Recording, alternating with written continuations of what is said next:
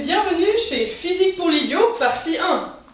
Aujourd'hui, nous allons parler de l'acoustique, surtout des ondes acoustiques et de leur modification lors de l'effet Doppler.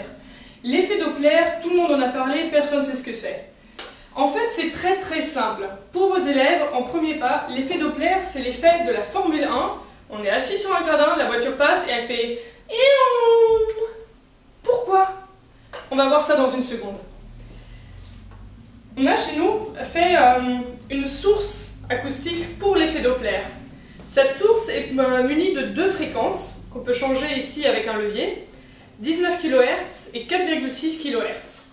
Pourquoi deux fréquences? C'est très simple. L'être humain, lors de sa naissance, a la capacité d'entendre de 20 Hz jusqu'à 20 kHz. Ça voudrait dire que dans les deux cas, on peut entendre le son. Mais c'est faux!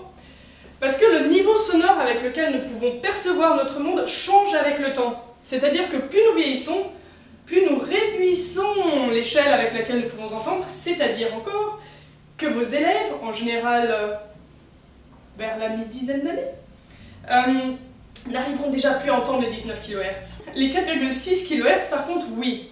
Je vous fais une petite démonstration. On met sur 4,6, on augmente le volume, et on allume l'appareil. Vous entendez clairement un son qui sort. Si je change l'appareil de 4,6 à 19 kHz, j'entends plus rien. C'est tout simple. C'est-à-dire que pour les démonstrations, pour vous en tant que professeur, super pratique, vous le faites une fois. Après, quand vous avez 5, 10, 20 groupes d'élèves qui font leurs expériences en parallèle, c'est quand même nettement plus agréable quand on les entend pas en train de faire du bruit. Je vous assure. Bref. Comment ça fonctionne ne m'explique toujours pas ce que c'est que l'effet Doppler. L'effet Doppler, c'est une suite de conséquences qui se font sur mon onde. Mon onde acoustique, c'est par exemple celle-là. Ici, vous voyez la force du son et la distance entre les pics, la fréquence. C'est-à-dire que ce son, c'est une petite fréquence, pas forte, mais très haute.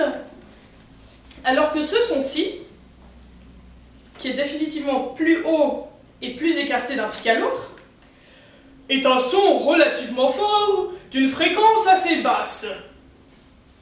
Je vais vous montrer, maintenant que nous avons expliqué la différence entre fréquence et altitude du son, ce que ça va représenter pour notre amie ici, qui s'appelle Brigitte, et qui est en train d'aller pour faire ses courses.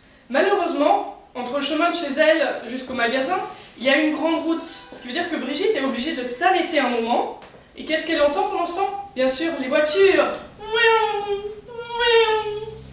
Ma collègue Yana va m'aider pour vous expliquer ce phénomène. Merci. Tiens, ton nom? Merci. Et la mienne.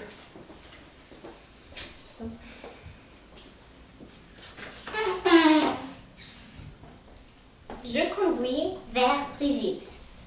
Mon tour.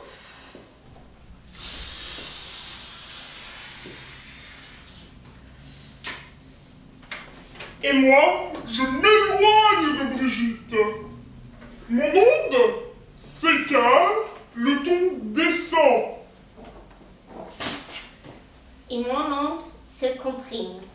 C'est-à-dire que la fréquence de son onde va naturellement augmenter.